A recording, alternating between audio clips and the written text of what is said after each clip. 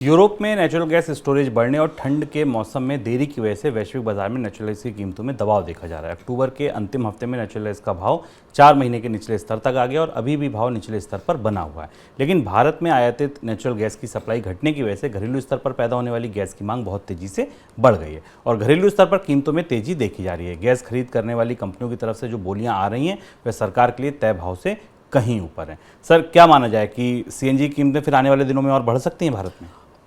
भारत और Europe gas की में बिल्कुल अब अलग अलग ध्रुव पर खड़े हो गए हैं। यूरोप में पहली बार ऐसा हुआ है पूरे युद्ध के बाद के बीच में कि शॉर्ट टर्म में गैस की कीमतें ज़ीरो हो गई और इसकी वजह ये कि रूस से अपने संबंध खत्म करते हुए यूरोप के देशों ने तमाम जगह से सीएनजी जुटाकर अपने पूरे भंडार पूरे कर लिए। अब यूरोप से ऐसी खबरें आ रही हैं कि वहाँ सीएनजी के कंटेनर बंदरगाहों पर खड़े हैं और उन्हें अनलोड करके उनको रखने के लिए जगह नहीं, और इसकी वजह से जो वहाँ शॉर्ट टर्म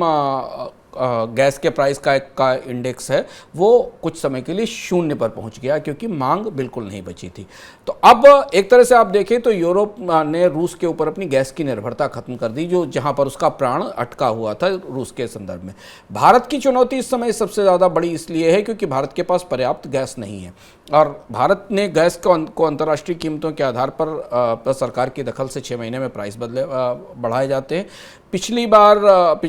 पिछले एक साल में 3 गुने प्राइस भारत में नेचुरल गैस के बढ़ चुके हैं। गेल गहरे दबाव में है। अलग अलग सूत्रों से जानकारी मिल रही कि गेल पूरी दुनिया में कई जगह से गैस की आपूर्ति की संभावनाएं तलाश रही है, लेकिन फिलहाल अभी मौजूदा परिस्थिति में पेट्रोल डीजल की कीमतें भले ही ना बढ़ें,